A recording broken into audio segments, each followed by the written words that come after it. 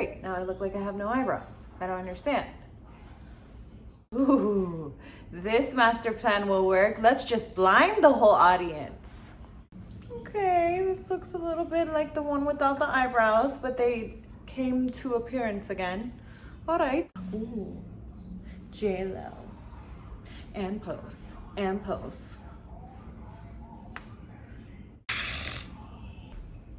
Hey guys, welcome back to my channel. This is Paisa ASMR. So today's video, I was just thinking the other day and I was like, man, what's something that I really have been through that I can truly speak from the heart how my experience was to help the other people out? And came quickly. My husband was on deployment, and definitely I know every experience is different, but I wanted to give some of my tips from my experience. Remember, my experience on maybe ways to get through it, ways to help you. This can go for military spouses. I can't help the person that was on the actual deployment because I wasn't in their shoes, so I'm not even gonna act like I was. But as far as the spouse part, I can definitely help you out on tips. So here we go. So number one, a lot of couples, there's a lot of tension right before they go on deployment, right? So there's a lot of unnecessary fighting right before they leave. I went through that, just bickering about the dumbest stuff that really isn't a big deal, but you know that they're about to leave, so it just starts accumulating, and you start foreseeing the shadow. Yes, foreseeing the future, and letting things get to you that shouldn't really. So all I can say is communication.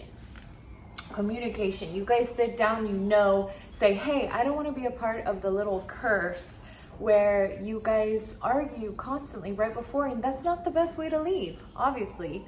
You guys want to, use those last moments to really bond, to maybe go on a few dates. I know during the pandemic it's a little different, but go on a few dates, maybe down memory lane, play some games as a couple. There was a card game that I got through Amazon that was called Our Moments, or Our Little Moments. And it's just an icebreaker. It's a bunch of questions, random questions that open-ended questions that really get you and your partner to get deep and stroll down memory lane. Sometimes going down memory lane can really make you fall in love all over again and really remind each other why you guys are together. Number two, try to give them something to remember you when they leave. As maybe something as little as a beautiful love letter, and without even telling them, put it in their duffel bag or whatever they're gonna be taking. Maybe a bracelet that you've always worn that you really want them to, just look at and think about all the memories you've shared together. Pictures always are great. I know with my husband, he was able to tape the pictures on the top of his bunk. But I know it just depends on what branch and where they're going and certain circumstances. But definitely just, those little things are really what counts and keeps the bond tighter. Number three. Okay, so this is the hard part. When they leave at the beginning of every deployment, oh man, it's just so hard to get in a routine. At the beginning, you truly feel forgotten about. That's how I felt. And every wife that I've spoken to about this, that's how they felt. And some might feel this way, but they just won't admit it. But you start to feel a little forgotten about. We respect them. They're on their way to accomplish a mission that it's not for everyone. It's not for every spouse to be supportive in all this. But if you are, then give it your all. Know that this is just temporary. Always hope for the best. Don't start thinking what if this happened, what if, don't even fill your mind with the negativity. I'm human. I'm sure I've had moments that I've done that, but then you have to truly, this is where you truly dig deep for your own strength that you never thought you had, and you realize, hey, I gotta make myself be positive. I gotta make myself get out of bed with a positive energy, have my coffee, have my Bang. I'm not being sponsored, by the way, but Bang, call me. But do what you gotta do and start the day out with positivity, and it'll change your days, I promise you. Obviously, not every day is gonna be good, but know that part of this journey, it's gonna be a roller coaster. There are gonna be days that you feel great. There's other days that you feel low again. Pick yourself back up and know that you are one strong person for doing that. Number 4, set a goal or set goals. Find a hobby. Use this time to find yourself again. I didn't even think I was gonna start learning the ukulele, but my husband had it laying around and I was like, you know what? You've been neglected for a while now. I am gonna learn you, and I'm gonna surprise my husband, and I'm going to just gain more knowledge, just learn new things, work out. Working out is the best thing to do for mental health. Keep your sanity. Make a routine where you're learning meditation. I meditated every single morning. I had a routine. Before work, I meditated for at least 10 minutes. And there's so many videos on YouTube, positive energy meditation. I believe you can look up guided meditation, and a trillion videos pop up, and man, they helped me so much get through everything. And then working out, everyone's beautiful in every size, but remember that working out is not just to look a certain way, it's to feed your body within. Remember, our body is our temple. So your body is actually craving for you to treat it good. Think about that. Number 5. I know that in certain circumstances, you can't always save. But if you can, even a little every paycheck, save. And before you know it, you're gonna have so much built up, and then maybe you don't even tell your husband about it. Maybe he doesn't have access to see exactly how much is in the account if you guys have a combined account, but surprise him. Be like, look, I was really smart about our finances. I wanted to build a little nest egg, and just surprise him. Let him know, look, this is what we have. And then it's up to you guys if y'all want to just go on an Amazon shopping spree. Not saying I did. Or if you want to, go save to go on a vacation once all this is over, or once all this is better, our new normal.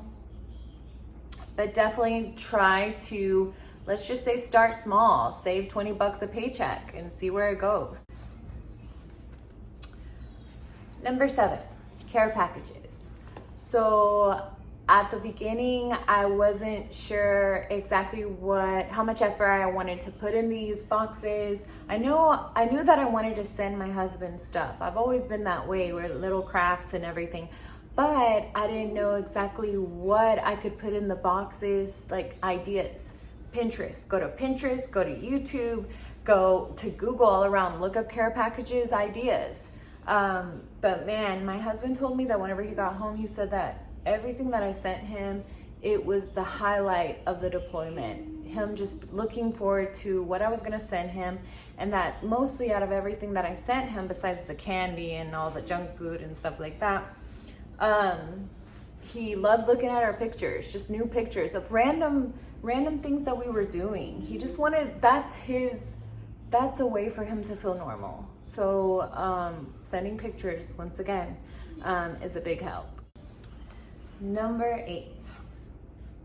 I know this is sensitive for some people, because some people just want to be negative, but try to give people the benefit of the doubt when they don't live in the military circle. when they're civilians and they're just trying to help you and they ask questions that you are not able to discuss, try to have patience with them. Just because I used to be on that side. I used to be a civilian and I had family members that were in the military, and I would always be asking, okay, but why don't we plan this? Why don't we do this? And you would just, come on, you want an answer. And obviously being in the military, there are many rules, many restrictions. You want the safety for yourself, your military spouse, your family. So only so much can be discussed, but have some patience, just as they should have patience with you. Number 9, this goes back to being the patient, supportive person that you are. I know you are. Just dig deep. But be patient when it comes to the communication on their end. Know that I struggled with this so many times, because you wonder, okay, how much effort are they putting in to talk to me, But you know that they want to talk to you. Inside they do. Sometimes you just, you want your way, and you want to be able to talk to your spouse every day. Not all day, but every day, right? And you want to hear from them. And when you don't, it's frustrating. But know that it's just as frustrating and more whenever they can't communicate with you. Not only are they dealing with the stress wherever they are, but they're also dealing with a huge amount of pressure to finish the mission safely. And they're also dealing with knowing that they're upsetting their spouse back at home because they can't communicate with you. So just try to make it a little bit easier for them. So when they finally do communicate with you, just try to be like, man, like, it really stinks that you haven't been able to communicate with me, but it's just because I've missed you. Just communicate. Be a hippie at heart. Look at it like that. Hippie gypsy, know that things could change at the drop of a hat. Know that plans on where they're going could change.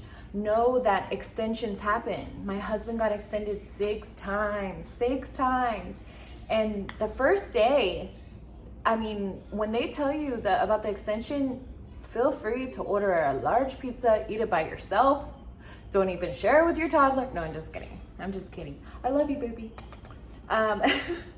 But it's going to be hard the first few days to grasp the idea that it's going to be longer than expected, but be their cheerleader. Be the person that they want to share everything with. Don't make them feel scared to let you know about the news. Make them feel like you're the first person and the only person they want to run to for that comfort. So my last tip that was definitely one of my favorite ones was when I would be able to send him an email, I wrote a list. I would be like, fun times or fun memories part 1. Then the next email, fun memories part 2. So each email, I would write a list of fun memories or things that I miss about him. Just random things. One example could have been like, remember that time that we laughed our heads off when we saw that car drive in a weird way because they thought they were gonna hit the other car, which is a true story. We were dying laughing for a good 5 minutes because they didn't hit each other, but it was just very dramatic. But that whenever you remind them of that, you're giving them a little piece of home. You're giving them a little laugh in the midst of whatever they're doing. And also you're making them remember how fun you are and how you guys fell in love. And it's just definitely, it was the best medicine for us. And he would send it back to me whenever he had a chance. Keep in mind, they're not always able to write much whenever they do write back. But when they do, just be like, hey, send me a few memories that you miss about us. All right, guys, I hope this was helpful for you. I'm here if you need any support. Also, remember that we only have one life to live. And when your spouse is gone, like, You have your life too. Don't just depend on them. Just find yourself again, you know, come in touch with the person you were before you actually got with him, and remind them of the person you were when you guys fell in love. Whether you're working from home or working on the outside, I experienced both. I stayed home with my son, and then I worked as an account manager for most of the deployment. So I've seen both worlds, and both jobs are hard. But just remember that this is temporary, and you got this, and you are strong, and use this time wisely to better yourself. Just think of it that way. Better yourself, learn a new language, learn a new dance, surprise them when they go home. But anyways, I will talk to you soon, and I look forward to seeing you at my next video, even though I can't see you. You crazy stalkers. Anyways, bye.